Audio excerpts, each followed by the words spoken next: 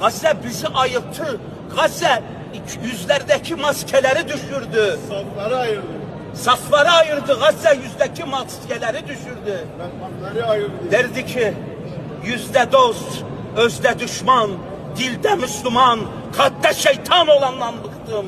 Usandım ben ama davasız Müslümandan bıktım ben. Kimse beni yaralamadı. Dostum beni yaraladı. Davasız Müslümandan bıktım ben, davasız.